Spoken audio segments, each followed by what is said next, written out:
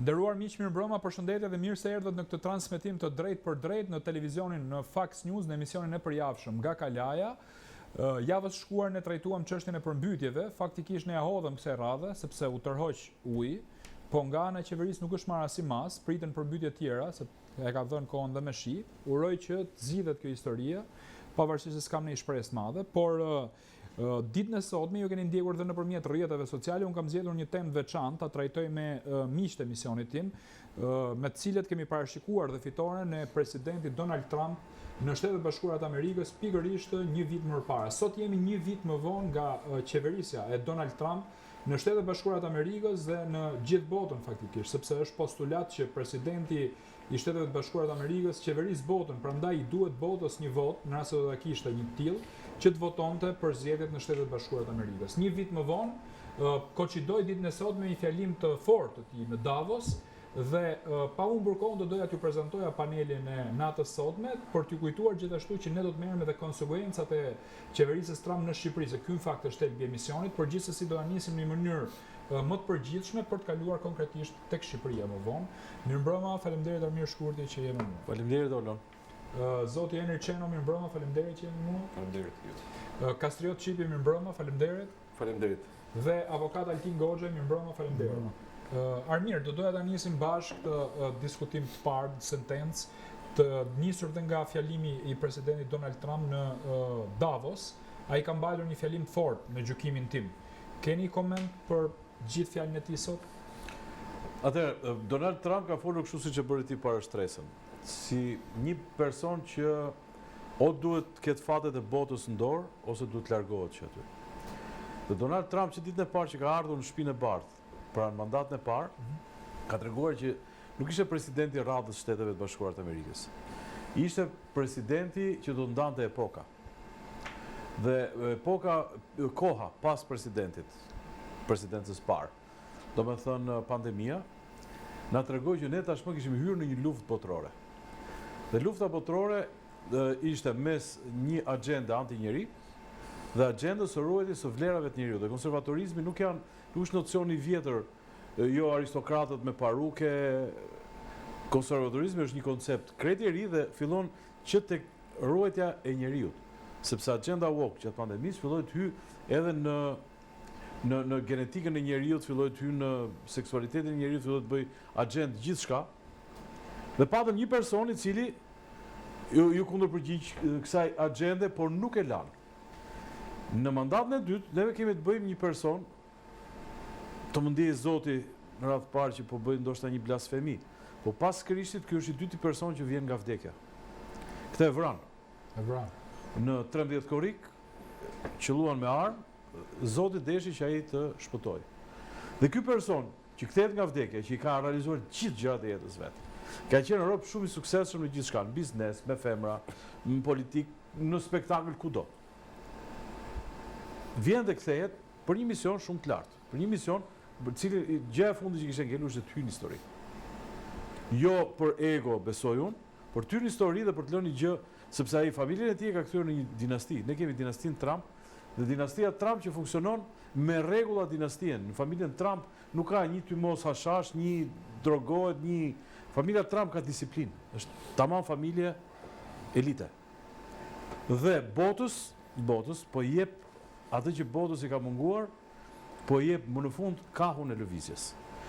Një fjalim që për nga rëndësia shumë i shkurtër, 70 minuta po shumë i shkurtër, se Rama flet bashkë me doktorin, piktorit dhe doktorit, 70 minuta i kanë të përditshme, i kanë ja do trupi. Ai burr doli në Davos dhe i tregoi botës. Sot, superfuqia që drejton botën janë Shtetet e Bashkuara të Amerikës. Agenda është një agendë sovraniste, anti-globalizmit të majtë, dhe një agendë e cila ka si kryefjalë Shtetet e Bashkuara të Amerikës. Është një leksion, është një universitet, master, çfarë duhesh ti, mënyra se si Donald Trump është vendosur në politikë dhe i thotë gjithëve, e ka thënë edhe me fjalë, bëjmë Amerikën të madhe, përsëri. Bëni dhe ju vendet tuaja. Dhe vendet bëhen në qoftë se liderat identifikojnë problemet dhe japin dhe kurën.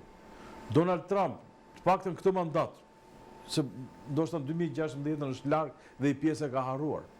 Në këtë mandat Donald Trump, ne këtu e kemi diskutuar. Ky panel ka qenë. Ka thënë, përveç Make America Great Again, që është program vetë, Make është ta bëjmë. Pra jo ta presim. Të na bëhet Amerikë, ta bëjmë ne. Great, pra të madhe, again, pra do të thotë s'është më. Nuk është më, ka rënë, ne do ta bëjmë të madhe, do të thotë Amerika e madhe. Do të thotë që Kina po zëvendësonte Amerikën. Që Kina përmes lapsit kishte pushtuar botën, përmes korrupsionit kishte rrethuar Shtetet e Bashkuara të Amerikës. Përmes korrupsionit kishte shkatruar Shtetet e Bashkuara të Amerikës dhe në programin e Trumpit sjellja ndaj emigrantëve që filluan këta walk-o-tan, të cilët nuk thonë që neve jemi këtu, shkelen drejtat e njeriut e kjo, shqetësoheshin pse Trumpi po shkelte drejtat e emigrantëve të palishëm, të cilët e kishin kthyer qytetet e Amerikës, si 97 në Shqipëri, hynin në darkë njerëzit të shtëpisë, kishin frikë se do gabisin dhe përdononin emigrantët që i kishte futur mafia për të korruptuar Shtetet e Bashkuara të Amerikës.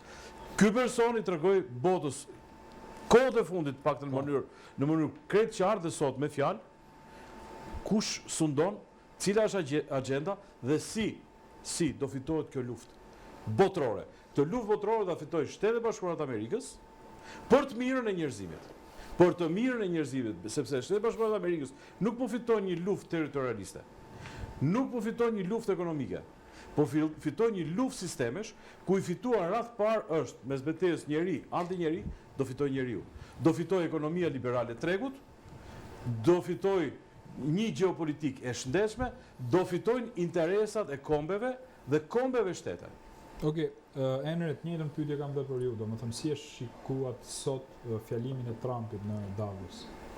Unë do e nis me fjalët tuaj që nisët emisionin. Pra ne këtu parashikuam më para një viti jo thjesht vetëm rezultatin, pra nuk parashikuam vetëm rezultatin që kush do ishte fitues dhe me çfarë diferencë. Por ne parashikuam edhe atë që thot Armiri, pra ndryshim epokal.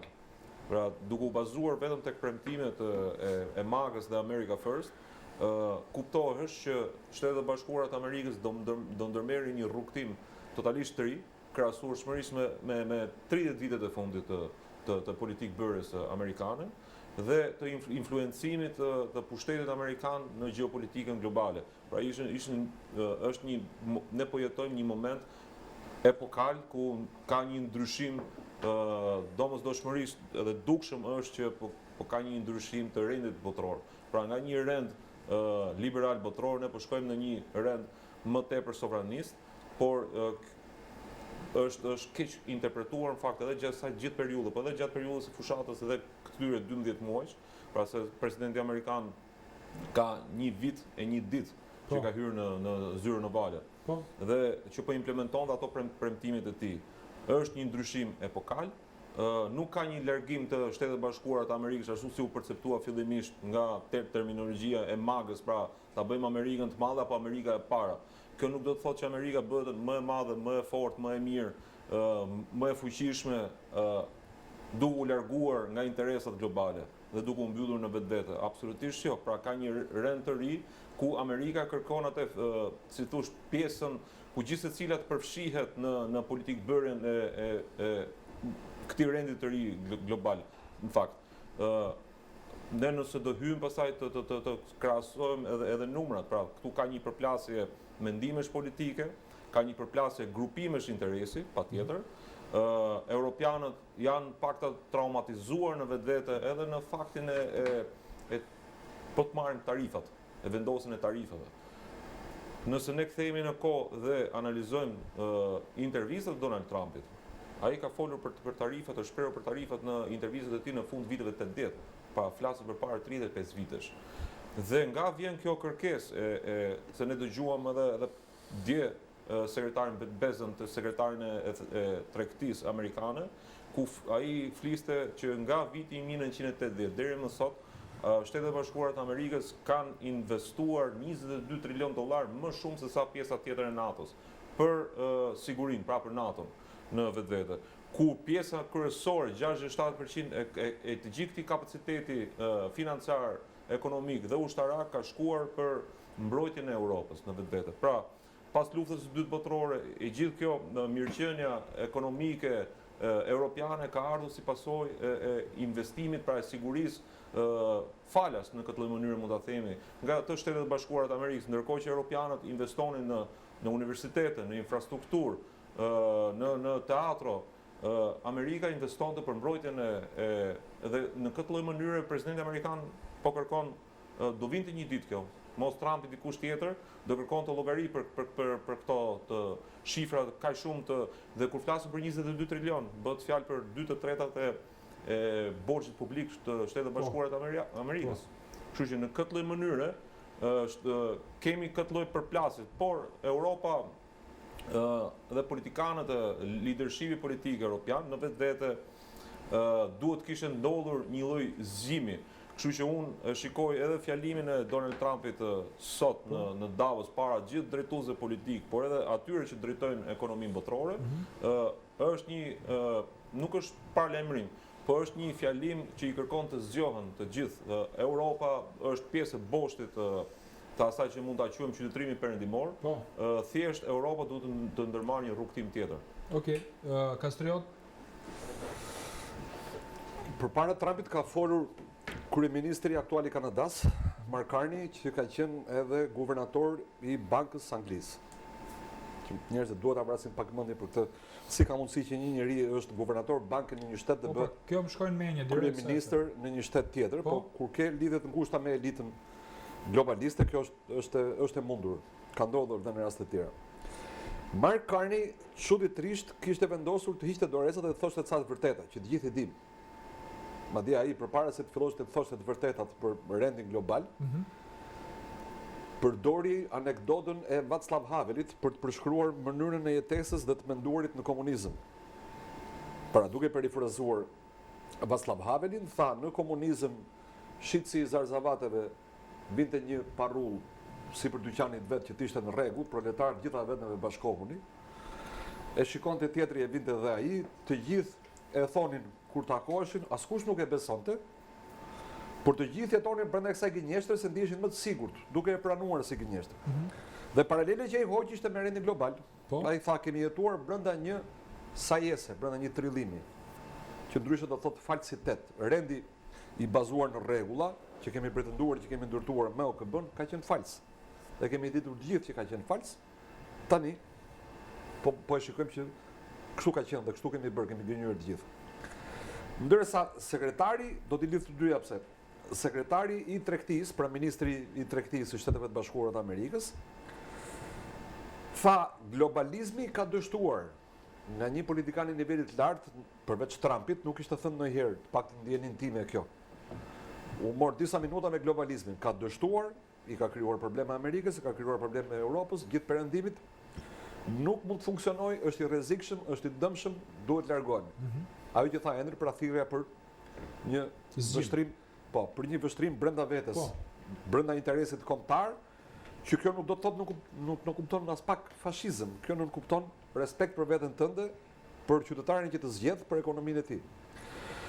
Bashkuar të dyja këto do kaloja këtë Trumpi, ajo që Trumpi bën duke i turbulluar të gjithë kolegët e vet europian, po dhe më gjerë, është që i thotë gjëra troç.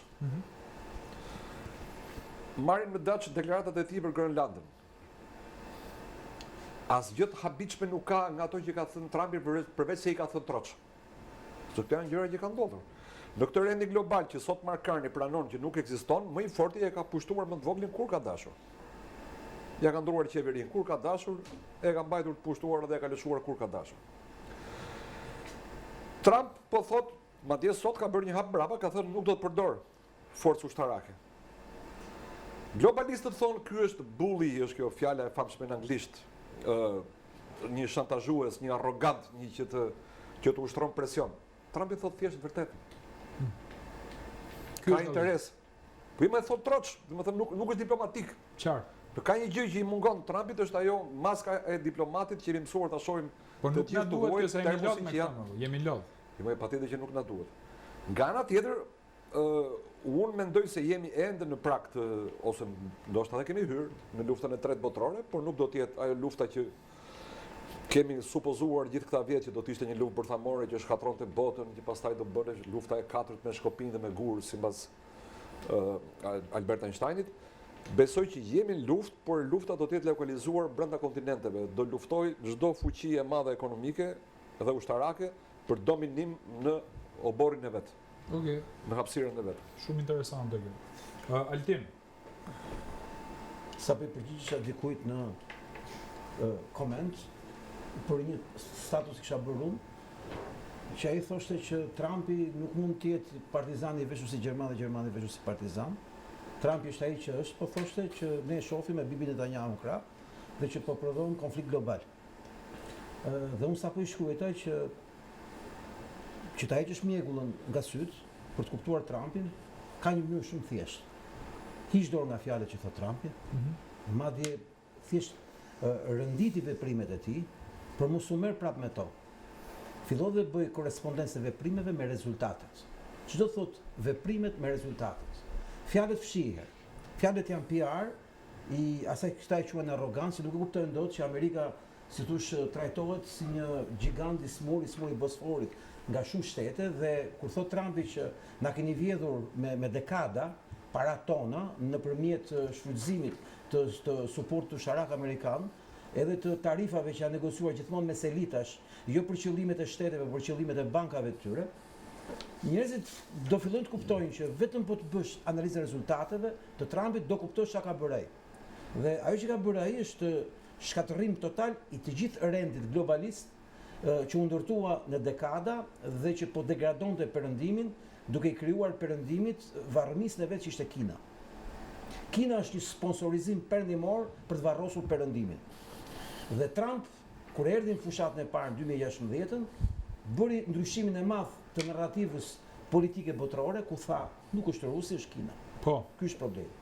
Deri dje kemi ecur me ato teoritë globaliste të trekonçit të së keqes, Irani, Kuba, Vietnam, ajo Korea e Veriut, kështu dalliqesh. Në fakt ka vetëm një.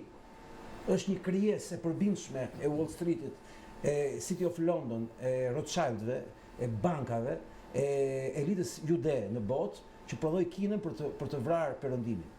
Dhe kur e kam studiuar këtë gjë vit pas viti, vetëm qeshja çdo një orë kur studioja se çfarë bote idiote dhe rrenash kemi jetuar gjithmonë.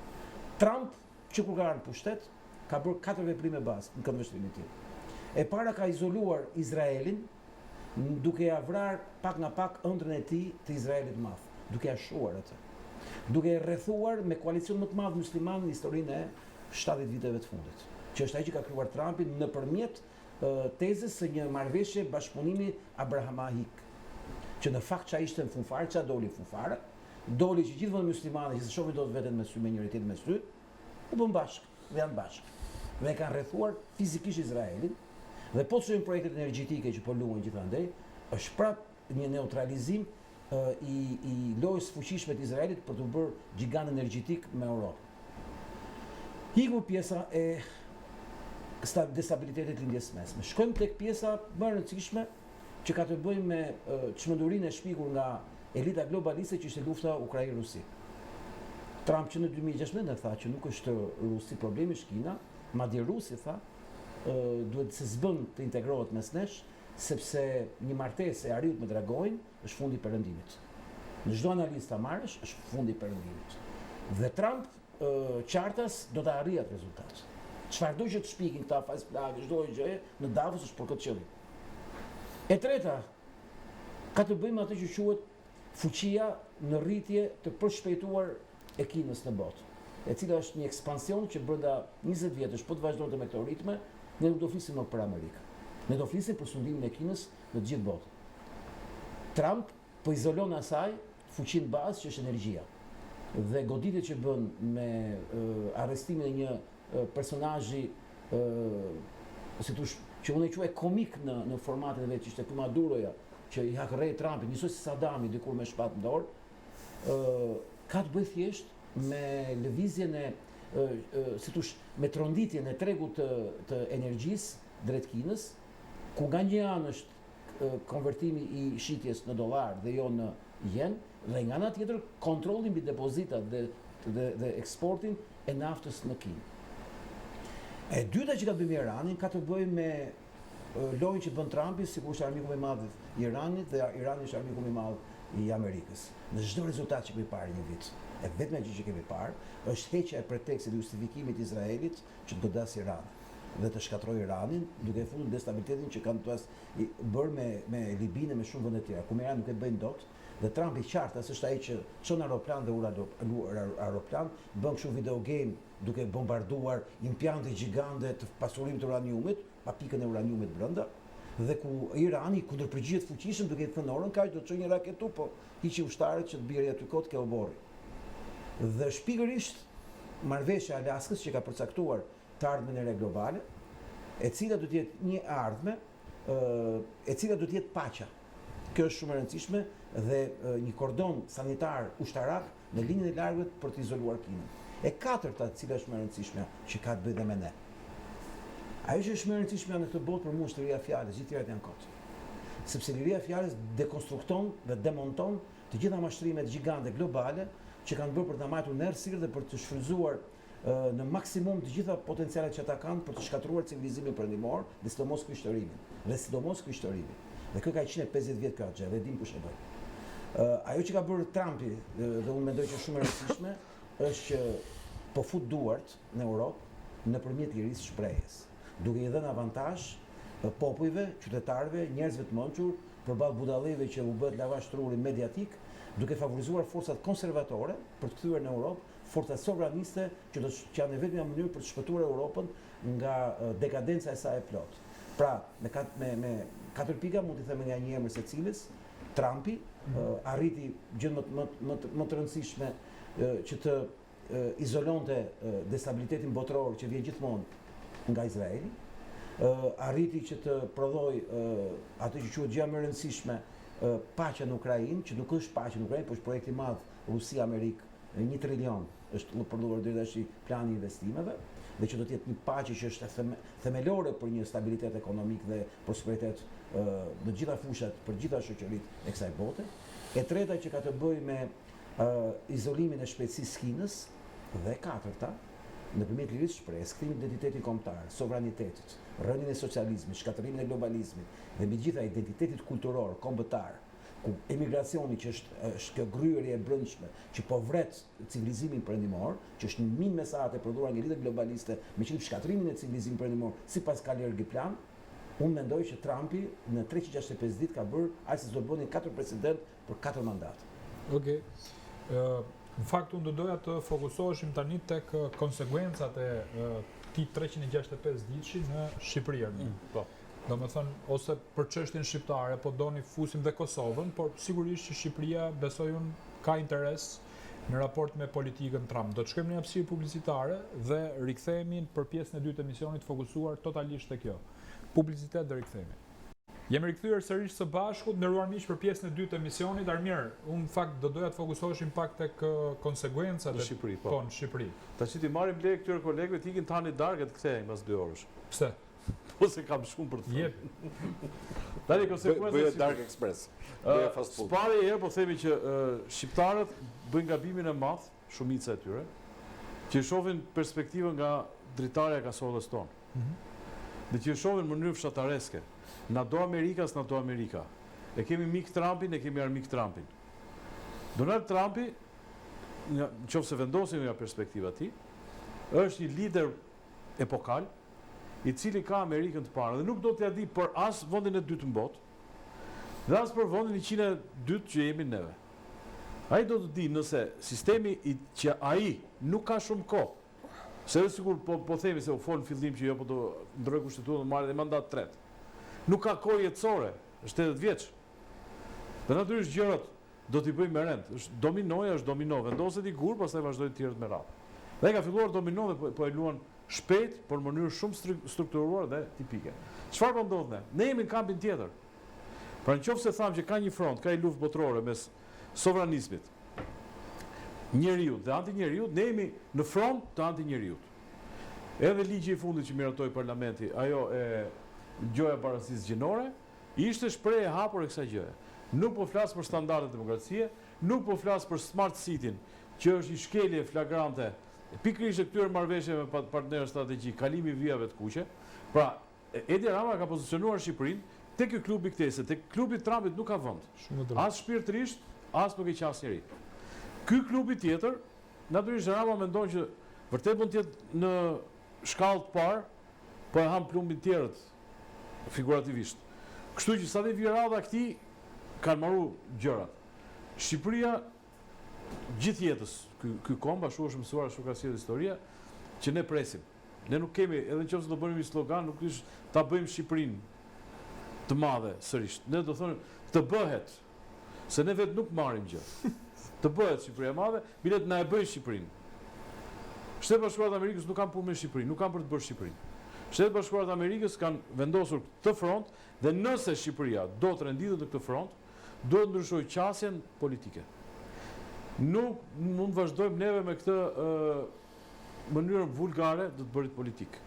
Nuk mund të vazhdojmë neve të vim qarkas pa caktuar një strategji tonën radh parë, kombëtare, kur them kombëtare, Shqipëri-Kosovë absolutisht duhet të jenë një në çdo lloj politike. Shqipëri-Kosovë duhet të ketë një treg përbashkët absolutisht të hapur fare, të shprehur. Shqipëri-Kosovë një treg. Dhe s'pengon asnjë gjë, se tregun e vendos vet. Sa mirë s'ta pengonte njëri me Vučićin edhe, të bëni Ballkan të hapur. Po Ballkan të hapur me Kosovën. Dhe me vendet e tjera ku ka shqiptarë, me Maqedoninë e Veriut, edhe me Malin e Zi. E para. E dyta, të vendosim ne standard disa piketa të patjetërsueshme, pra, vjen kush vjen, në pushtet ato të mos ndryshohen. Pastaj taksa shes, taksa e lartë, 20 pika vendosit Trumpi, 10 na duhen. 10 pika do politika shqiptare, po jo këto. Tulim të vëshëm, ngrem tavanin, thoshte dikush, ky tjetri thot bëjmë rotacion, ky tjetri thot marrim pasaportën europian, nuk janë këto aspirata. Deve vim vërdall, shtym ditët dhe na duket sikur evoluojmë. Ne nuk evoluojmë, gjërojmë vend. Dhe për të përgjigjur cop pyetjes tënde, kur era Trump të fry, tek varka jon, do ta detyroj, po jo këtë politikë që është sot, do të detyroj një mjet, po themi tjetër, përshtatshëm për këtë erë, që të marrë drejtimin e të bërit Shqipërisë sovraniste, jo në kuptimin vulgar, se fjalën sovraniste ne na kanë keq përdor, kanë thënë, po pse çfarë do bëni ju, do jeni të pavarur, do pyesni njëri? Jo më zotri. As Donald Trump nuk është duke përçar botën, duke krijuar shtete me gardhe dhe me klone. Bota natyrisht do të vazhdojë hapjen. Ekonomia do të vazhdojë, por çdo shtet, Europa çfarë është në kundërshtim me Shtetet Bashkuara të Amerikës? Se tha Donald Trump sot në Davos, në 12 muaj ta kemi shkarkuar pafundësisht burokrat. Ndërkohë që Europa njihet botërisht me terminologjinë burokraci e cila shtyp sovranitetin e vendeve që i drejton. Pra është një diferencë 180 gradë njëra me tjetrën. Njëra është kokë lart, tjetra është kokë poshtë. Dënimi ke kjo kokë poshtë. Me burokraci që shtyp sovranitetin rreth parë të vendit, liritë e gjithçka tjetër. Pra, sot neve jemi optimistë në një gjë.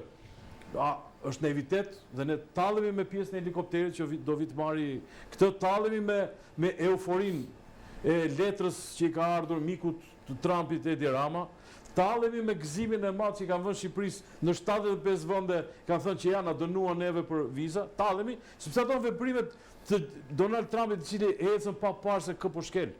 Fare. Po ecën për interesat e vendit vetë, nuk ka kohë të përgëdhej të llastoj njëri, Donald Trump. Dhe ne po se kuptuam këtë gjë, do vazhdojmë vi vërdall. Do vazhdojmë dalim në përsheshje, do dalim te televizor nga 70 minuta për nata liderët tan, do lajm trurin ton dhe ne do të zihemi nëpër studio, si i tha ai mbrëm, ç'do të thojë ai nesër. Këtu jemi tek era e Trumpit. Ajo era ka filluar dhe Shqipëria do të ndryshojë. Të jesh i sigurt 1000%. Por nuk do të ndryshojë ashtu siç presim ne nga magjia e Donald Trump, që do të pyesi një ditë për ne këtu në studio, thotë ç'tot, ç'bën ai armiri me mërziten ata? A ti çojmë ca trupa që ti çlirojmë. Fare. Në qoftë se ky popull do të vazhdojë të kafshojë bishtin e vet, do vazhdojë ta kafshojë.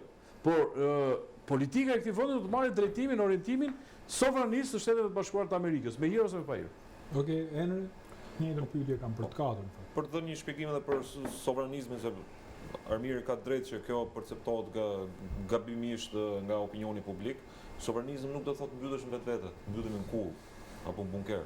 Sovranizëm do të thotë merresh me sigurinë tënde kombëtare, të ndihmosh korporatat e tuaja, sidomos prodhimin vendas, pra të kesh një lloj garancie dhe sigurimi edhe tek sigurimi ushqimor. Pra ne kemi numra që publikohen nga qeveria aktuale, pra qeveria shqiptare, nga kryeministri Edi Rama, ku flitet për rritje të numrit të turistëve, mbi 10 milion turistë. Ndërkohë nëse shikojmë të dhënat ka më pak dhen, pra ka më shumë prodhim vendas, ka më pak qumësh, ka më pak djath, bylmetra. Pra, çfarë po ndodh me këtë vend? Kjo sovranizmi pikërisht ndihmon në këtë lloj aspekti, ku qeveria nëpërmjet reformave dhe politikave të caktuara mund të edhe incentivojë, nuk ka ndonjë gjë të keqe për të incentivuar industri të caktuara, të cilët kanë interes për të ardhmen e vendit, siç është siguria kombëtare, për shembull, siguria ushqimore. Pra, ne nuk duhet të jemi në varësinë totale të vendeve veçinje për importet dhe për politikat e tyre në lidhje me Shqipërinë në vetvete. Thënë këtë, ne mund të kthehemi pas në kohë, pra në premtimin e Donald Trumpit, në ato që ishin pikat e America First, Amerika e para dhe Magës, aty kishte pika që flitesh pikërisht për qasjen e presidentit, pra administratës së re, në aspektin gjeopolitik dhe diplomacinë ndërkombëtare. Ne kemi sot një dokument zyrtar, e cila është fuqi nga fillimi i dhjetorit, që është dokumenti mbi strategjinë e sigurisë kombëtare amerikane. Aty ka një kapitull veçantë ku flitet edhe për marrëdhëniet që do kenë në të ardhmen me Ballkanin Perëndimor, pikërisht duke përcaktuar në mënyrë të veçantë edhe vendet, pra Shqipërinë, Kosovën. Sigurisht që këtu ka patur një perceptim ndoshta të gabuar me atë që ndodhi me Madurën, ku shumë kush pritesh që do ndërhynte Shtetet e Bashkuara të Amerikës në një vend që është vend antar i NATO-s. Nuk ndodh kjo. E deklaroi edhe sot Donald Trumpi në para të gjithëve në Davos, ku nuk do ushtrojë dhunë, pra nuk do ketë ndërhyrje ushtarake në një vend antar, pra në një territor të një vend antar të NATO-s që është Danimarka, pra ku bësh fjalë për Grenlandën. Në rastin konkret, nëse ne duam ndryshime do të vinë nga brenda. Pra kjo është pjesë e sovranizmit, atë që po flasim.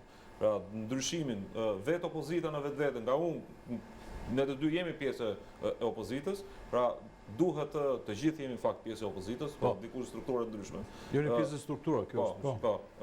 Pra vetë opozitarizmi duhet të reflektojë kërkesat që ka shoqëria, po dhe kërkesat që vijnë nga jashtë.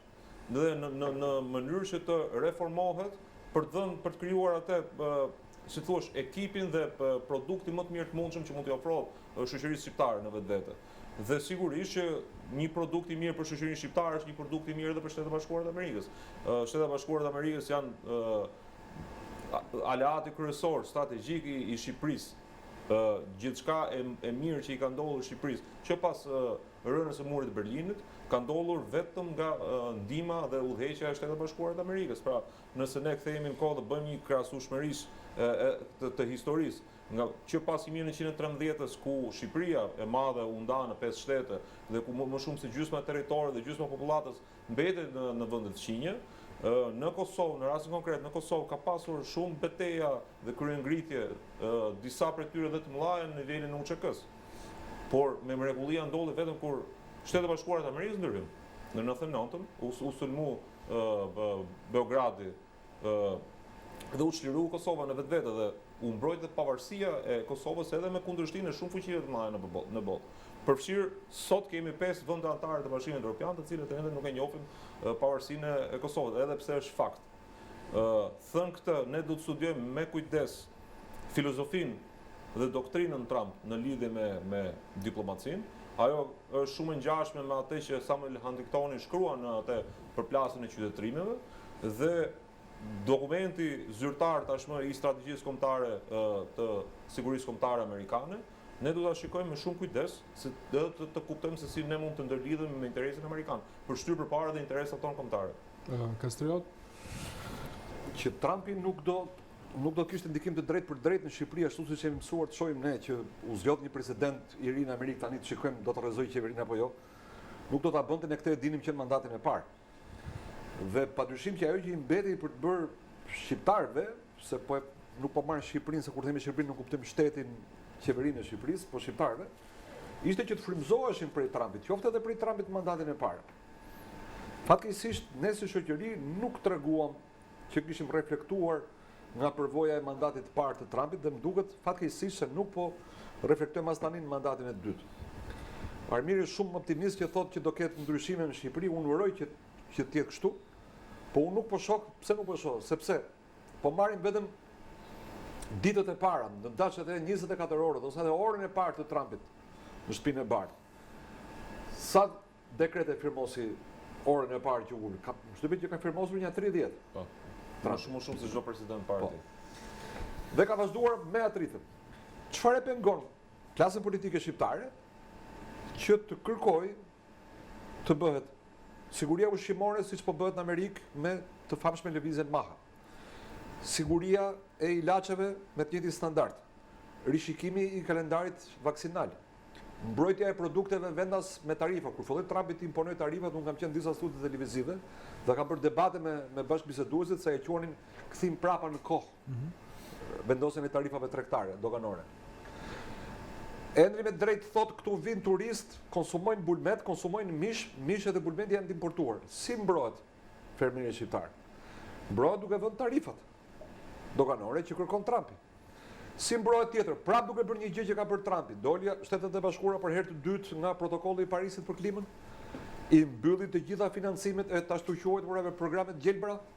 Çfarë po ndodh në Shqipëri? Po na bien zjarre në mënyrë të çuditshme, po na digjen kullota, nuk po rigjenerohen më ato kullota, po do bëhen panele diellore. Po. Ku do shkojë ai fshatari që deri dje ka kullotur baktin atje? Në Gjermani. Do ne makina në Gjermani, mishin do ta importojmë. Dhe në këto kushte do mbushet Shqipëria me Filipinas, Bangladeshës e të gjithë me radhë. E përmenda, nuk doja të ndërprisa kur e përmende në pjesën e parë, punën e largimit të emigrantëve. Foli dhe Armirin në fakt për largimin dhe për reagimin e globalistëve ndaj politikës Trumpit për largimin. Nuk bëhet fjalë për shkelje drejta si je i paligjshëm zotëri. Nuk po largohen njerëz që janë me karta në rregull. Ka ndoshta gjysmë milioni shqiptarë në Amerikë. Nuk kemi dëgjuar të përzihet njëri të vinë në Shqipëri. Nëse ti hyn në mënyrë të paligjshme, ti mund shkosh edhe në burg. Përveç se mund deportohesh, deportimin unë e quaj gjë të butë fare. Ndodhen në Shqipëri. Po. Po i mosh nuk ke shtet, nëse s'ke kufi, s'ke shtet.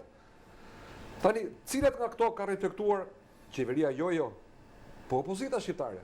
Unë se shok, po nuk e shoh as në shoqërinë civile të ketë një organizim njerëzish që propozojnë politika të kësaj natyre. Nëse ne nuk marrim mësim nga Trumpi, ne do dalim të humbur.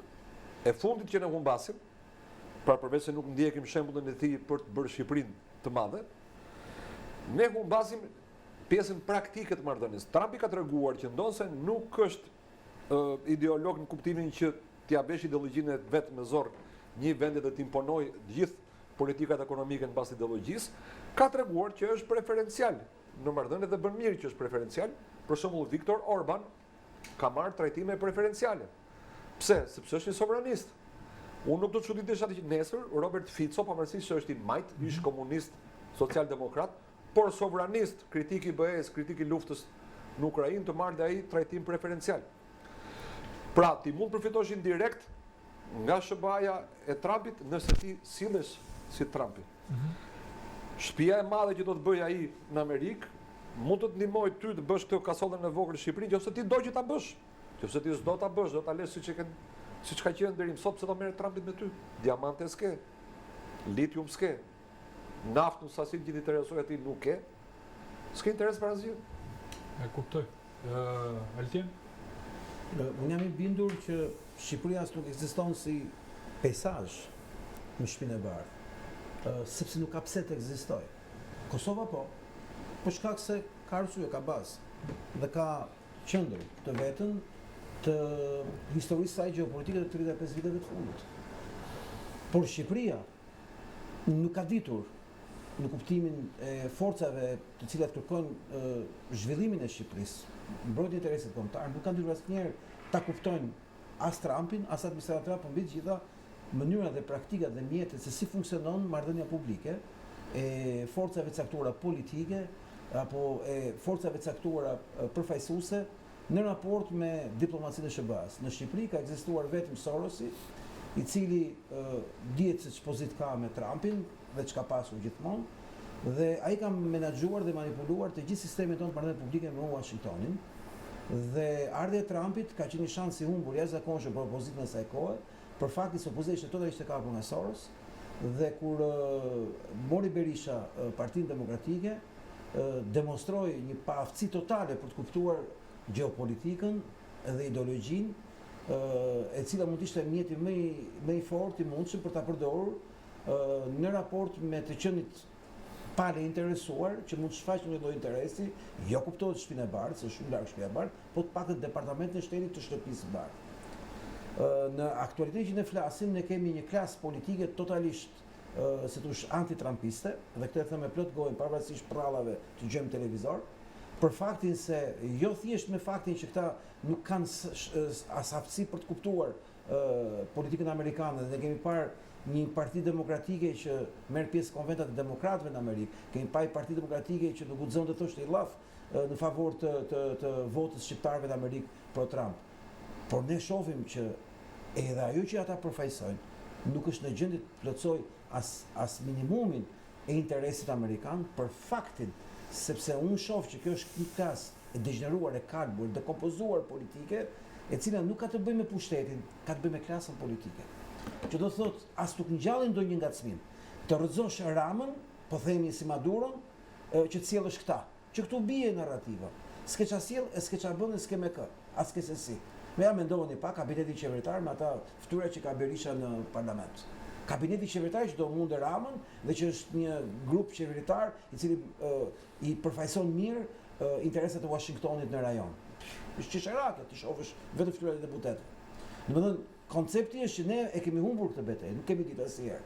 Kurse ne pak njerëz, siç jemi në këtë tavolinë, dhe ca të tjerë, të cilët jemi të ndriçuar, kemi ditë gjithmonë ta kuptojmë këtë lloj gjëje, ne jemi me dur të preme, me kom të preme.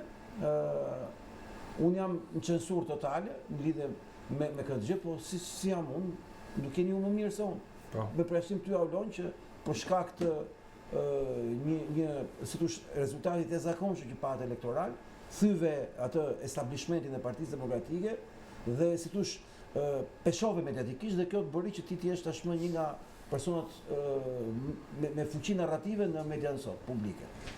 Pra, problemi qëndron që ne jemi të bllokuar për të propozuar alternativa se si do të kishte Shqipëria avantazh nga ky ndryshim global. Dhe ne si gjithmonë do jemi të fundit, mani mend, 89-ën, kur ra dhe Ceausescu, shqiptarët u gëzuan shumë, por ishin shkretë të ditshëm çdo diel, çdo ditëjavë me idesë do bëhet protesta, kush do dalin trim ata bëjnë bulevard një vit derisa vendos ata jashtë që të bëhet kjo kompromis që u bë brendshëm, se ashtu kishin bërë si Korea e Veriut. Domethënë, ky është një vend, si thosh, që nuk e ka potencialin për të përfituar nga Amerika, për shkak se ata që din ta bëjnë e kanë ndaluar ta bëjnë. Kurse ata që e kanë dorë ta bëjnë nuk duan ta bëjnë, se pjesa më e kalbur e shoqërisë. Dhe ndryshe nga shoqëritë e tjera, që politika, si thosh, përfaqëson të mirat dhe të këqijat e një shoqërie, në Shqipëri populli përfaqëson të mirat dhe të këqijat e politikës. Në këtë rast vetëm të këqijat e politikës, sepse politika ka formatuar popullin tonë. Nuk është populli që meriton këtë qeverisje në kuptimin standard, po në këtë rast është vetë politika që e ka si thosh projektuar, programuar popullin që të jetë si thosh krejtësisht i pavlerë, krejtësisht i pafuqishëm, dhe ne jemi ca zëra në humbëtir, të cilët pavarësisht se ç'mund mendojnë njerëzit, jemi të dështuar në një pikë. Nuk arrim dot me mjetet që kemi, që të mobilizojmë atë elitë shqiptare, që si dikur thoshte atë Zeplumi, që të shpëtojë ky vend, duhet me formuar një çet intelektualësh, e cilat të ndriçojë këtë popull, i cili është i pandriçuar, por vetëm këta mund ta shpëtojnë.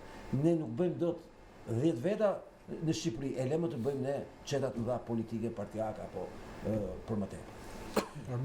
Disa sqaroj diçka se më përmendi Kastrioti dhe nuk e kam replikë, se më ka ngel qefi dhe kam replikë se kur nuk kuptohem njerëzit që jam afër dhe imagjino se sa keq përcillet mesazhi. Nuk jam optimist i tipit që po ecën Trumpi edhe këtu të gjithë do reflektoj. Unë besoj që kjo klasë politike ka skaduar. Këtë e dim të dy. Bravo. Dhe nuk do ta bëj me këtë klasë politike. Edhe këtë. Por që ajo rrym, ai tsunami, do të kalojë mbi bregun tonë. Dhe thash do të përdorim materialin. Këtë që Altini sapo shpjegoi. Pra këtu material ka. Nuk je vetëm në këtë tavolinë. Ka plot njerëz që nuk shohin dritën fund tunelit sepse i devijojnë shikimin. Jo, po prit se do heqim Hajdutin. Rama vetëm Hajdut nuk është. Edhe e them në çdo media. Rama është shumë i sinqert kur thot, më thoni Gomar s'ka problem, po mos më thoni Hajdut, se misioni i tij nuk është të vjedhë. Misioni i Edi Ramës është shkatroj Shqipërinë. Por si maja e shpatës kolaterale. si maja e shpatës së një agende globalisto-majtisto-kineze, e cila deri më sot ka avancuar dhe kjo ka qenë, prandaj është ajo dritarja që thotë ai gjeopolitike që ne të hyjmë në Europë. Sepse këta burokratët e Europës, të cilët e kanë çuar në drejtim anti-amerikan, Shtetet e Bashkuara të Amerikës, që vazhdojnë Europën e kanë çuar në drejtim anti-amerikan, natyrisht kanë pjesë të nderuar të klubit këtë personin që me Macronin, me cilin më pëlqeu se bëri shakan me syzet. Ky Trumpi sot, po të kishte pa Ramën me ato syzet e kuqe do kisha qef. E bëri shakan që tha, ore tha, na shliruat neve, tha, se tha na ngatroi Trumpi. Për të treguar pikrisht, se pastaj kur i mlidhet byça bëhet gjithmonë kështu, thotë, më keni keq kuptuar. Për të treguar që ky është pjesë e këtij klubi që Donald Trumpin e ka thjesht në CNN, dhe mediat shqiptare ka cilësuar një rrezik për botën. Dhe jo është rrezik, po është një rrezik i tmerrshëm për botën globaliste anti-njeri Donald Trumpi. Dhe Ose dhënë Zoti ka thënë. Ashtu, dhe ne e dhënë Zoti që erdhi këtu dhe ne jemi pas kësaj lëvizje, sepse është lëvizja të paktën për mbrojtur shëndetin, jetën dhe dinjitetin tonë. Për të kthyer kapitalizmin në shinat e veta dhe për të shëmbur një regjim nga i cili të paktën ne që jemi të rritur kemi vuajtur deri në 90-ën. Tani u kthyer në një formë më perverse, kineze, koreane. Dhe prandaj po them, jo se Trumpi do të na ndryshojë ne. Jo, atë se keq nuk e kam me ty, ka me publikun. Nuk është se unë jam optimist se Trumpi do triumfojë në këtë luftë botërore dhe ne do përfitojmë, por jo me këtë establishment që është. Harroj, ky establishment i përket prandaj përmend edhe shoqërinë një civile. detaj që ti dhe duke përmendur fjalën Kin. Po. Sot po vëja e re në të gjitha mediat shqiptare duke reklamuar në mënyrën tipik nga ato që unë jam mësuar që një njeri shpërndan me email 100 mediave dhe ato e nxjerrin ashtu titullit. Dhe po reklamonin kryeministin kanadez.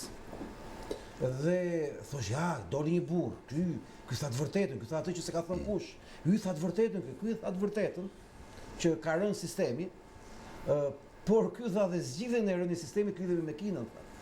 Dhe askush s'merresh me këtë fakt. Ky komunisti i Kanadas që vazhdon qeverisjen e djalit Fidel Castros, komunisti tjetër në Kanada, po i tregonte botës se ne duhet bëhemi bashkë kundër Amerikës dhe të lidhemi dhe Rusisë dhe të lidhemi me Kinën.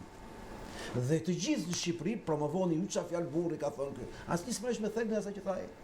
Fjalë të bukura s'kan as vlerë. Thelbi është orë çfarë zgjidhje ai? Ai tha po, ne do të përballemi me këtë duke u lidhur me Kinën.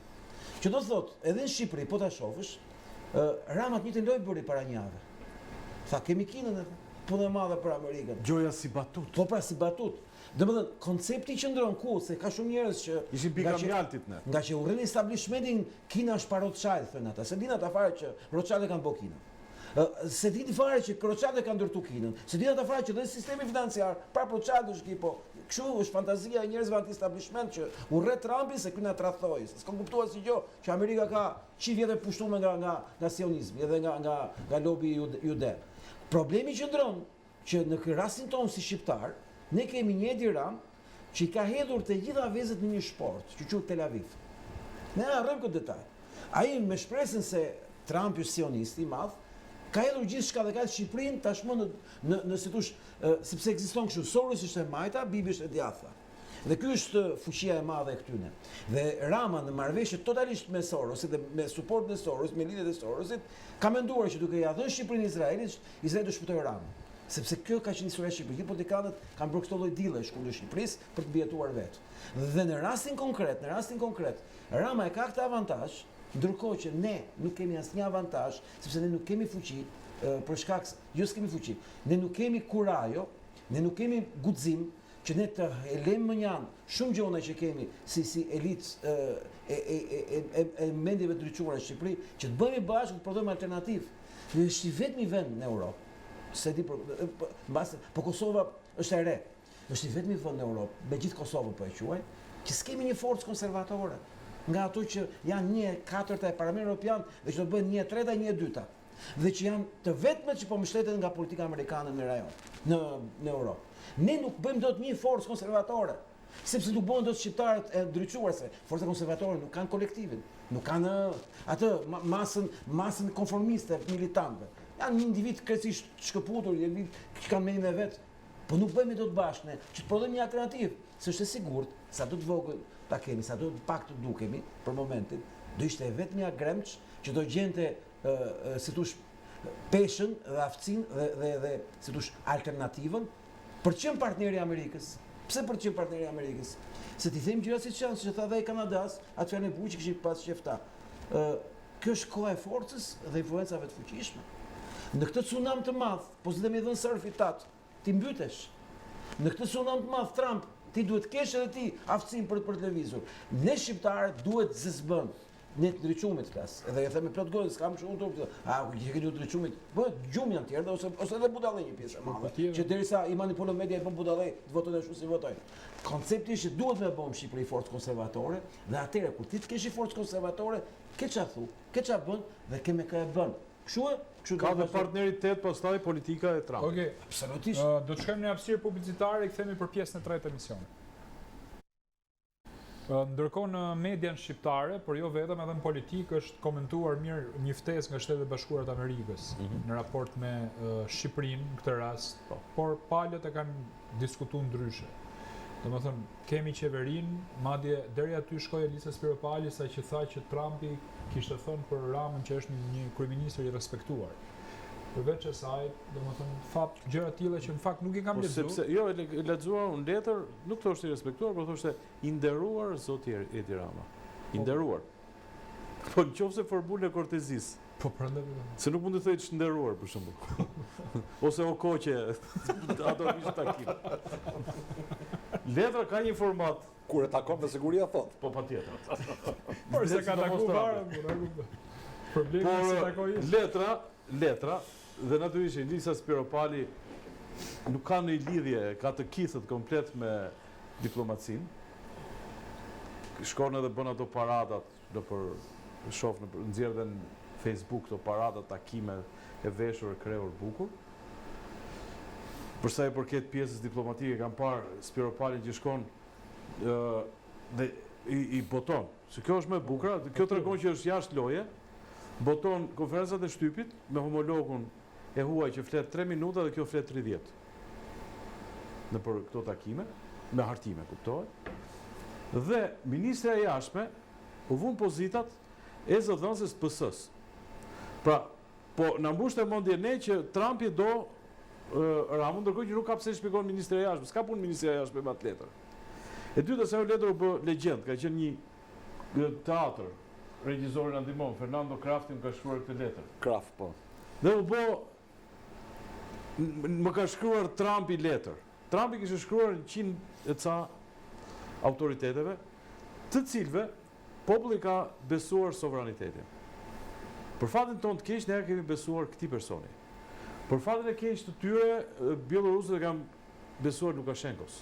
Dhe ai po i nderuar Lukashenko i thotë. Por ka një gjë, letra vazhdon, e dyta, as Prime Minister of Albania, pra, si kryeministër i Shqipërisë. Që do të thotë, në qoftë se unë them Aulon do pim një kafe, do të thotë që unë po thras Aulonin shok. Po.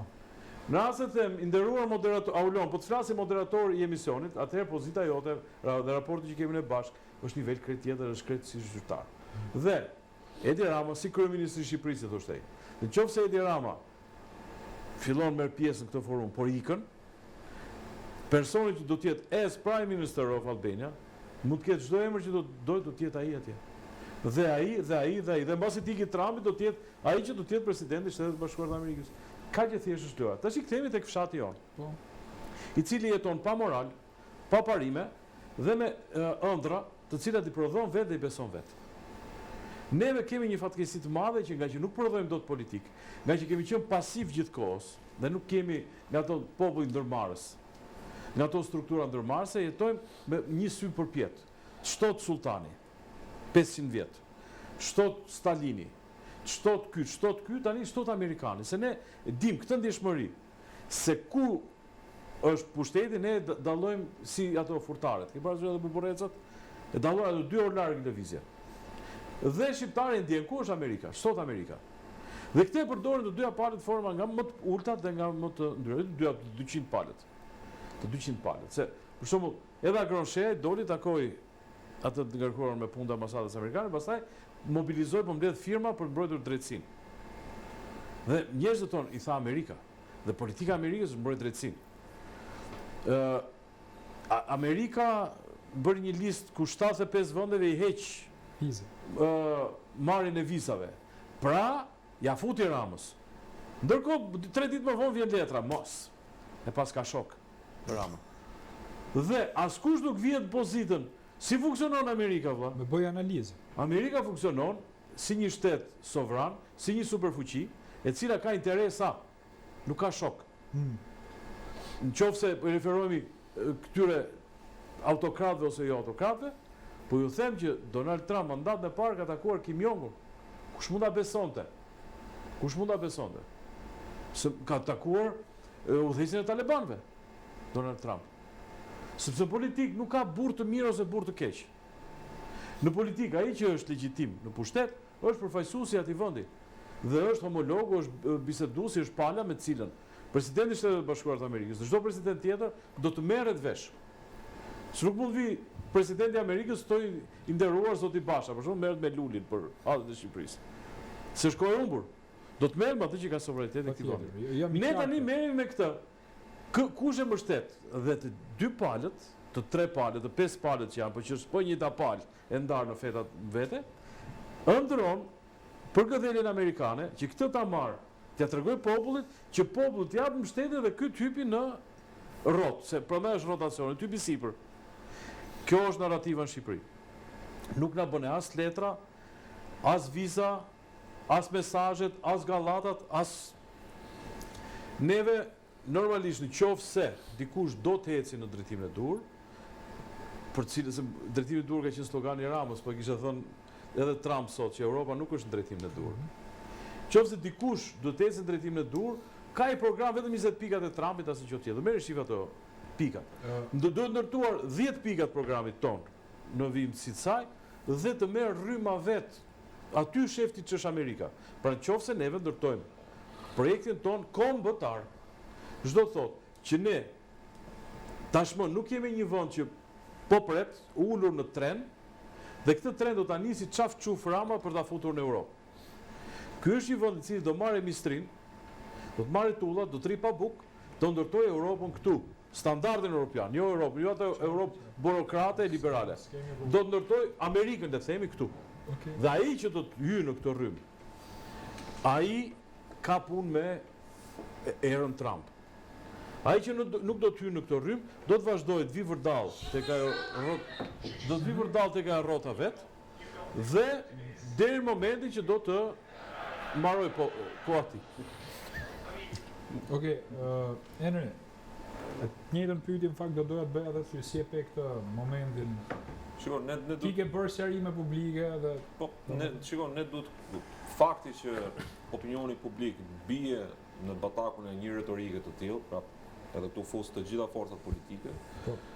Kjo vjen edhe si pasojë e s'kam informacion. Diplomacisë dhe edhe diplomacisë shqiptare në vetë, pra Ministria e Jashtme, misionet e huaja shqiptare në kudo në botë nuk ka një doktrinë të mirëfillt. Nepotizmi dhe politizimi i Ministrisë së Jashtme ka krijuar pikërisht këtë batakun ku ne përfundojmë të gjithë dhe diskutojmë për gjëra gjasë, nuk duhet ishim duke diskutuar. Pra, ne mungesa e një doktrine të tillë, duke mos krijuar kushtet për, si thosh, edhe prodhimin e ekspertëve. Ne sot nuk kemi një institut akademik që të prodhojë ekspertë të politikës jashtme. Akademia është totalisht jashtë kësaj fryme dhe kësaj rryme. Dhe ne përfundojmë nëpërmjet nepotizmit dhe politizimit në militantizëm. Sot kemi një forcë politike, më parë kemi pasur një forcë tjetër politike, nesër mund kemi një forcë tjetër politike. Kjo do jetë një vrazhë e vazhdueshme dhe e pandërprer, nëse ne nuk ndryshojmë për pikërisht bëjmë një reformë të mirëfillt për politikën e jashtme. Ka nevojë që politika e jashtme të ketë një doktrinë. Pra ne mund të marrim të bisedojmë edhe për çështjen e Kosovës. Pra nuk ka një qëndrueshmëri në për çështjen e Kosovës, në qasje. E kuptoj. Ndryshojnë kryeministrat dhe ndryshojnë edhe qasjet e politikës. Kam 2 pyetje tjera, se du t'i bëj ty, domethënë. E para, e pe këtë momentin e medias shqiptare proqeveritare që tha shiko, është ftu Edi Rama dhe ke shtetë si Kosova që nuk janë ftu. Se nxitun ta thonin këtë. Patjetër, sepse nuk kishin informacion. Po pra, e kupton ku jemi më për të bësh politik me këtë gjë, domethënë që Kosovës nuk i ka ardhur ftesa. Nuk kishin I informacion. ka ardhur vetëm Edi Ramës dhe këtë kam pas dhe përplasje me i deputet Partisë Socialiste në media tjetër. Më tha mua Editi tha që Kosova nuk është ftu tha. Ftesa Është ftu tha Edi Rama. Ishte gëzuar. Ftesa i ka shkuar edhe vendet të tjera Qa nivel. këtu rreth e përqartnesh, të cilat e kanë kundërshtuar si iniciativë. Kanë kundërshtuar. Pra, ka ftesa zyrtarisht i ka shkuar nga Shtëpia e Bardhë, pra se ka pas një kurse në rastin konkret të Shqipërisë ka patur një lobim që ka nisur kohë më parë, duke parë edhe jo më kot u krijua kjo retorika mediatike mbi gjitha për shkak se është krijuar perceptimi publik dhe opinioni publik mendon që Edi Rama është në përplasje ballore me Donald Trump, me presidentin amerikan, meqense nuk ka një marrëdhënie, pra ka një marrëdhënie të ftohur, sepse ne e mbajmë mend që jo shumë larg sekretari i shtetit Blinken vinte në Shqipëri dhe takonte Edi Ramën dhe cilësonte atë si një lider të madh. Perëndimor dhe luftëtar dhe demokracie. Pikërisht ne duhet të shikojmë simbolikën në gjuhë. Edi Rama ishte mësuar që të kishte sekretarin e shtetit në WhatsAppin e tij. Ka qenë në këtë nivel. Gjithçka ka ndryshuar. WhatsApp. Sekretarin e shtetit. Ai kishte kontakte drejt për drejt dhe nuk komunikonte më as me ambasadorin, por në mënyrë të drejtë për drejtë me sekretarin e shtetit. Kjo është Amerika para Trump. Po sigurisht, pra gjithçka dhe prandaj rroku me një vrap në analizën time të gabuar për të nxjerrë të gjithë propagandën e tij, që kjo ftesë ishte personale për të zbutur opinionin publik dhe perceptimin publik që Edi Rama është një marrëdhënie të mirë. Por Edi Rama nuk është sot në Davos në takim me presidentin amerikan. Nuk është sot në Davos në takim me Jared Kushner si zyrtar dhe jo si përmarrës. Nuk është sot në Davos në takim me familjarët e tjerë, pra dhe në darkat që janë organizuar atje mund të ketë edhe shqiptarë të tjerë që janë thirrur dhe brenda në këto takime. Ti ke informacion se ti po më tregoj edhe videot nga brenda takimit? Sigurisht që ka.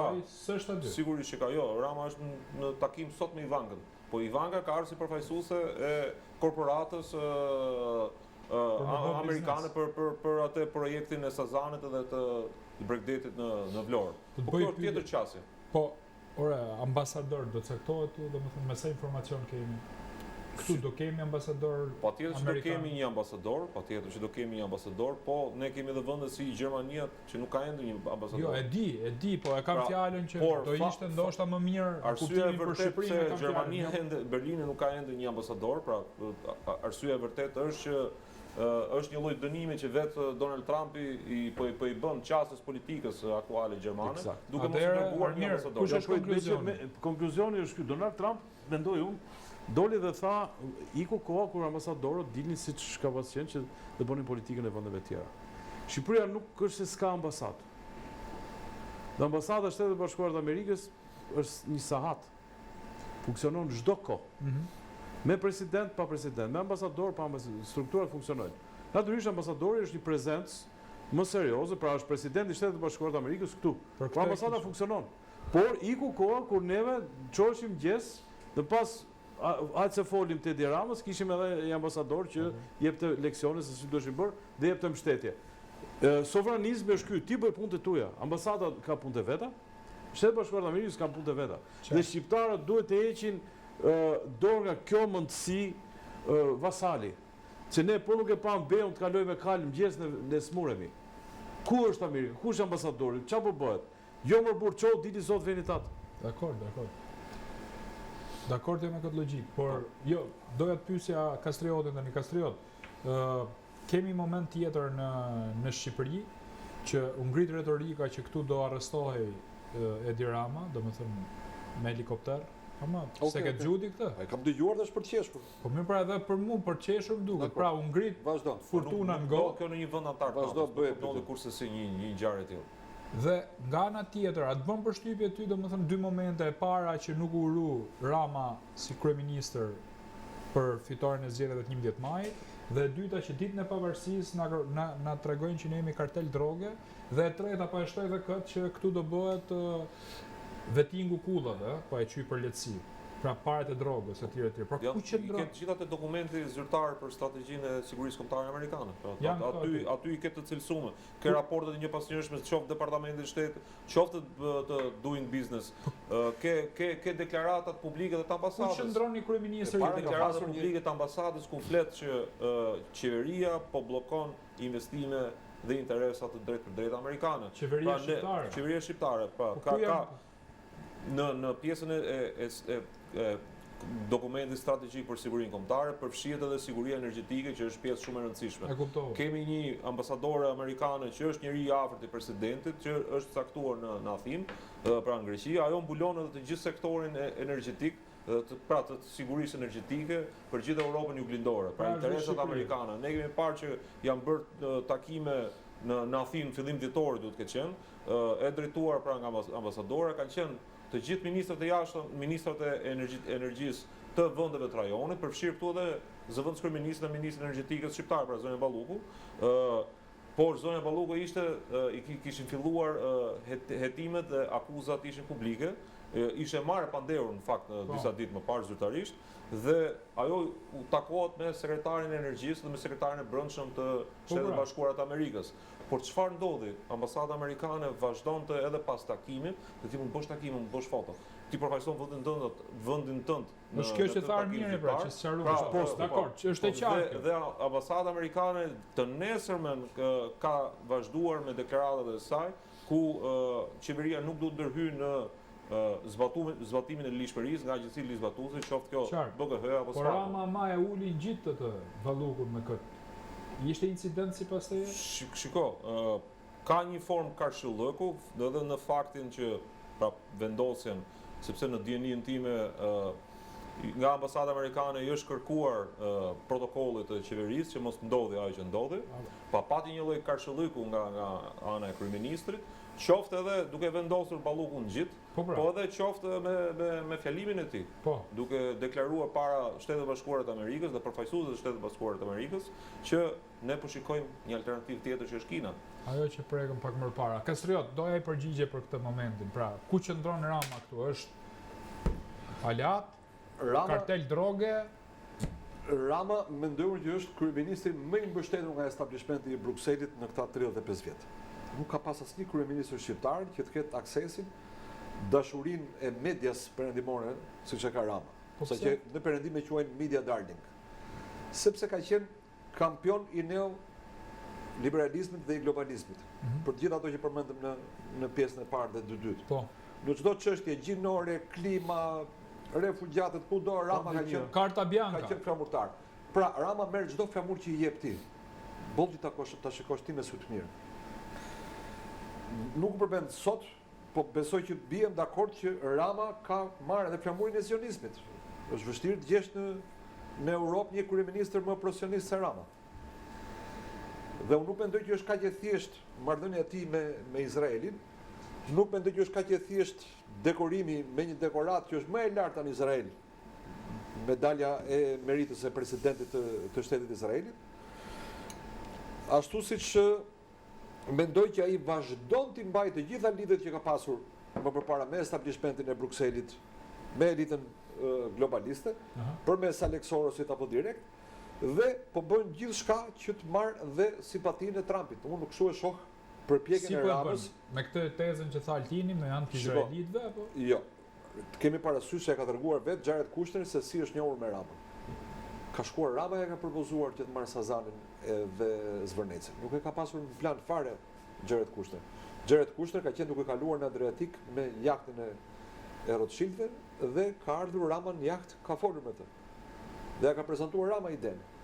Pra, jemi prap ai fshati ku i pari fshatit vendos çfarë do bëhet me kullotën, me burimin e ujit, me tokat më të mira bujqësore. Ja jep ku doj, boll që ai të mbetet që ai fshatit.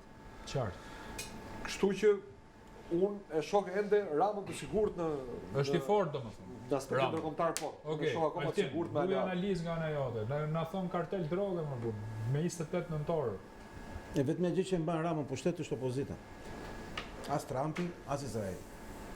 Pse them në mban opozita? E them mban opozita sepse në këtë vend nuk ke një alternativë. Kjo është sekret, nuk ke alternativë. Që do thotë Rama qëndron aty se s'ka kushtat zëvendësojnë. Ç'kuptim s'ka kushtat zëvendësojnë? Se edhe kjo është për t'u shpjeguar me emisionin vete, po unë vetëm pak do them. Në qoftë se ti ke përballë partner ndërkombëtar që janë lidhur me interesat e tyre në raport me vendin tonë, unë jam i sigurt që Rama i ka dëmtuar gjitha këto interesa.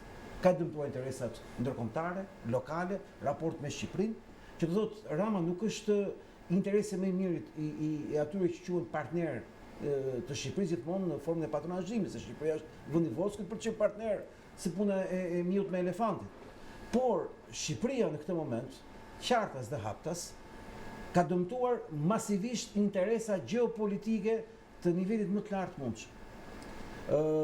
Arsye pse përmendet droga kaq shumë nga qeveria amerikane, narkotrafiku, ka të bëjë me narkoqeverinë.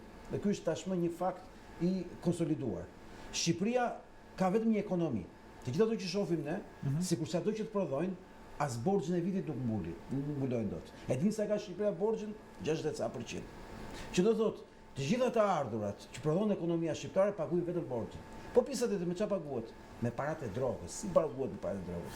Para e drogës është ari që prodhon lekun, pra ari i vërtet i gjithë ekonomisë tonë. Sepse ajo sjell paratë për ndërtim, ajo sjell paratë për turizëm, ajo sjell paratë për çdo lloj gjëje që bëhet këtu, dhe këto paratë pistave të zeza kanë krijuar në Shqipëri ndërmarrje ekselente ndërtimi dhe arkitekture. Kur them ekselente, me teknologji dhe me kapacitet të jashtëzakonshëm.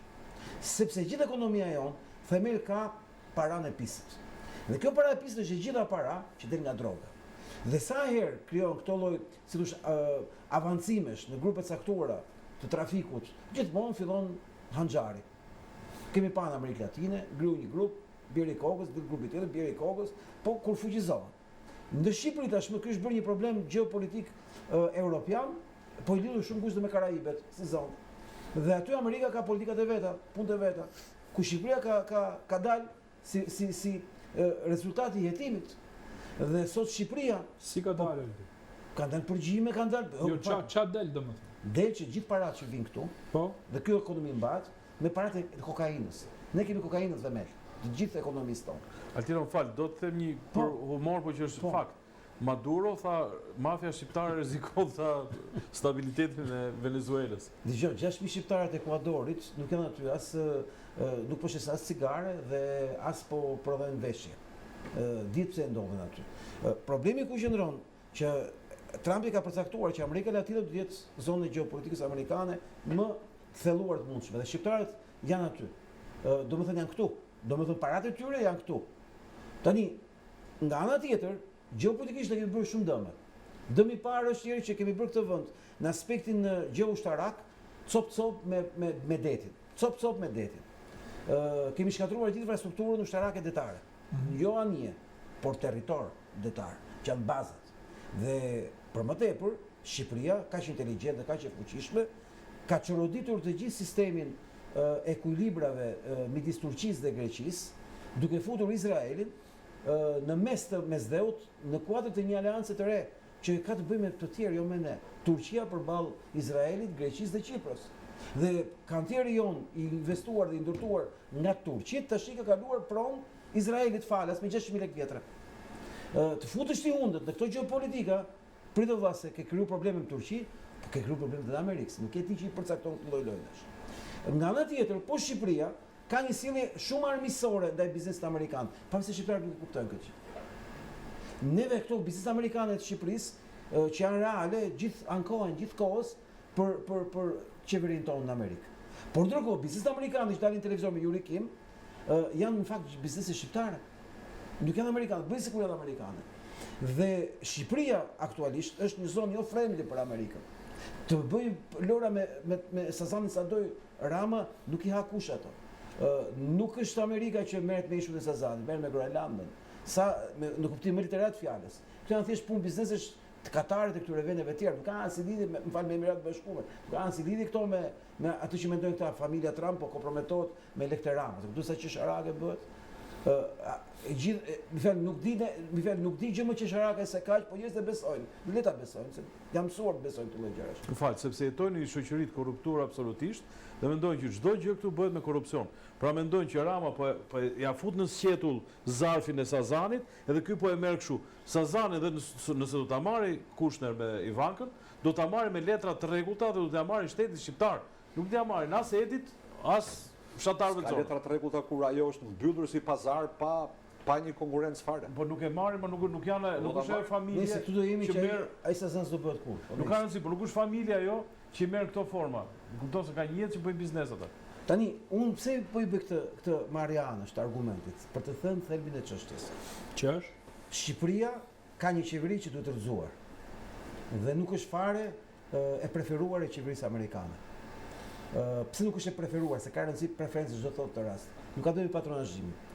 Ka të bëjë me gjë më të rëndësishme. Kjo qeveri prish punë Amerikës këtu ku është në çështjet e Amerikës në rajon, jo në Shqipëri. Edhe në Shqipëri për Shqipëri. E dyta, ne duhet kujtojmë edhe një fakt tjetër që kjo administratë i ka shpall luftësorës së gjithë botën.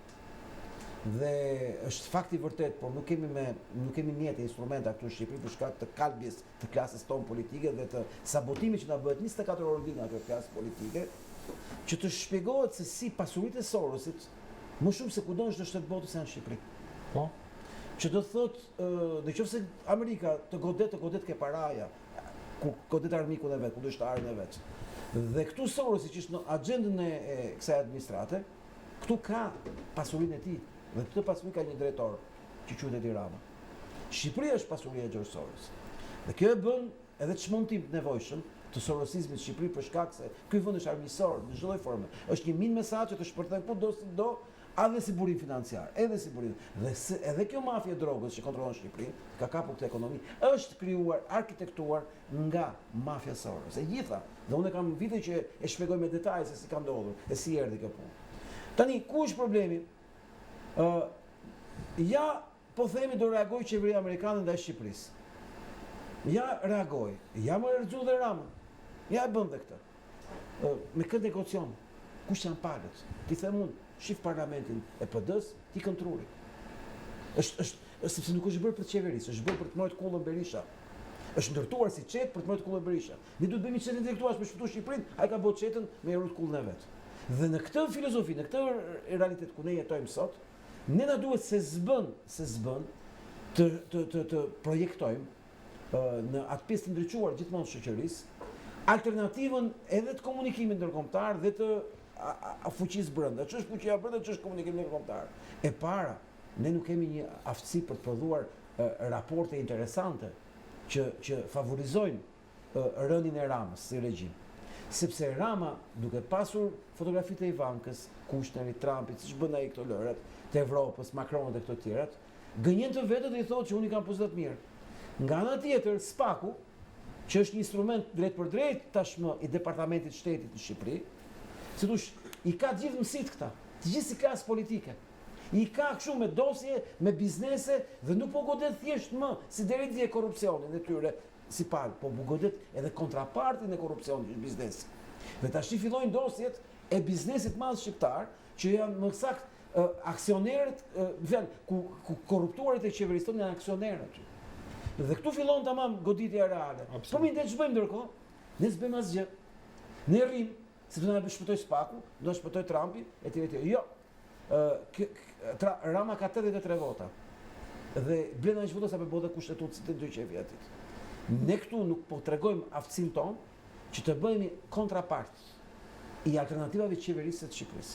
Sepse këtu mungojnë forcë konservatore dhe unë e thash disa herë se dua ta theksoj që shpresoj shumë në 28 shkurt kur Aleanca Konservatore për Shqipërinë ka zhvendosur kongresin e saj, më gënjen mendja që dhe mund të bëjmë në qet, Është shumë e vështirë ta bësh me shqiptar, por dhe mund ta bëjmë. Problemi është që kjo kohë ka uri, ka nevojë dhe është vetëm alternativë që këtu të prodhosh një formacion që nuk është ka nevojë të jetë gjigant, po kaq inteligjent dhe kaq serioz që të prodhojë një alternativë pikërisht për atë që duhet. Nuk rrëzohet dot Rama pas patë alternativë. Okej, Aldin ke qenë shumë kritik sot me veten, ndryshe nga emisionet e tjera. Sinqerisht domethënë, po ta vej në dukje këtë. Jam realist. Ja, dakor. Do të falenderoj për sinqeritetin. Armir, nuk e di, kemi në gjë tjetër për kështu, jemi në... Po kemi edhe ja 6 orë tjera po të shëtit. Po, tani koha është e pamëshirshme. e Trumpit, ne. Unë ju falenderoj pra që ishit me mua sot edhe për kontributin që keni dhënë absolutisht që në momentin Atë që mund të bëjmë atë që bëmë në vitin e kaluar, parashikojmë zgjedhjet që janë rradhës. Po patjetër do ju ftoj pra. Ju keni qenë paneli më interesant që tashmë është duke ndryshuar Europa. keni rënë kohë. Jepja meritën Endrit. Po thuaj aty më bursa, unë ja kam thonë në studio, me që e kemi më radh. Të gjithë kemi dashur të fitojë Trumpin, ne kemi këtë në këtë studio, nuk e dinin nëse mendonin me dëshirë apo me objektivitet kur thonim do të fitojë Trumpi, nëse ka një njeri që gjeti edhe numrin eksakt të votave elektorale që do fitonte Trumpi, ky është Henry Çeno. Okej, Henry, kjo është e vërtetë, unë ta kam thonë në emision tjetër, prandaj ja lash. Kjo tregon që ai është patronazhisti i Trumpit. Bukur. Unë falenderoj Armir Shkurtin që ishte me mua, Henry Çenon, Altin Goxhen, Kastriot Çipin.